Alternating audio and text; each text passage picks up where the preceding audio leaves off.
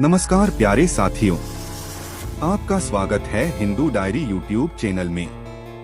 क्या आपको मालूम है कि सृष्टि के रचयिता कहे जाने वाले ब्रह्मा जी के मन में अपनी ही बेटी के प्रति यौन लालसा उत्पन्न हुई थी, जिसके बाद उनकी बेटी सरस्वती को अपने पिता के मंसूबों के बारे में पता चल गया और वो ब्रह्मा जी से छिपने के लिए संपूर्ण ब्रह्मांड में छिपने लगी।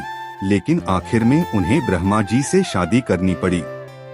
मगर सवाल ये है कि सृष्टि के रचयिता के अंदर अपनी पुत्री के प्रति ऐसी लालसा क्यों जागी। जैसे कि आप सभी को ये तो मालूम ही होगा कि इस सृष्टि की बागडोर त्रिदेव के हाथों में है। जहां ब्रह्मा जी के कंधों पर सृष्टि की रचना का दायित्व है, वहीं विष्णु जी के पास संरक्षण का दायित्व और भगवान शिव के पास विनाश का दायित्व है। जब सृष्टि का विनाश होता है तो उसके बाद सृजन का चक्र दोबारा शुरू होता है। इस चक्र को शुरू करने के लिए ब्रह्मा जी ने अपने वीर्य से सरस्वती को जन्म दिया था। इस बात का वर्णन सरस्वती पुराण में किया गया है, जब ब्रह्मा जी ने अपनी ही पुत्री के साथ विवाह करने की इच्छा जाहिर की थी। दरअसल सरस्वती माता की कोई माँ नहीं थी, उन्हें ब्रह्मा जी ने केवल अपने वीर्य से जन्म दिया था। विद्या की देवी कही जाने वाली सरस्वती दिखने में बेहद खूबसूरत थी और आकर्षक भी। अब इस बात का अंदाजा इसी बात से लगाया जा सकता है कि सरस्वती इतनी खूबसूरत थी कि खुद उनके पिता भी उनसे शादी करना चाहते थे। अपने पिता के मंसूबों को सरस्वती भांप चुकी थी।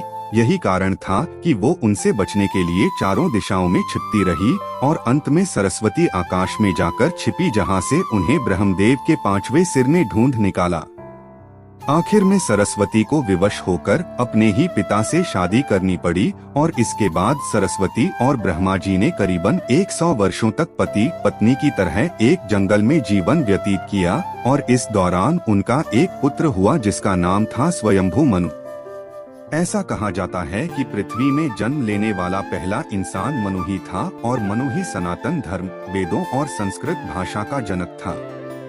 अब अपनी ही पुत्री से आकर्षित होना और संभोग करने की लालसा रखने के कारण सभी देवी देवता ब्रह्मदेव को एक दोषी की तरह देखने लगे, जिसके बाद सभी देवगण महादेव के पास पहुँचे और उनसे आग्रह किया कि वह ब्रह्मदेव को अपनी ही बेटी के प्रति यौन लालसा रखने के लिए दंड दे।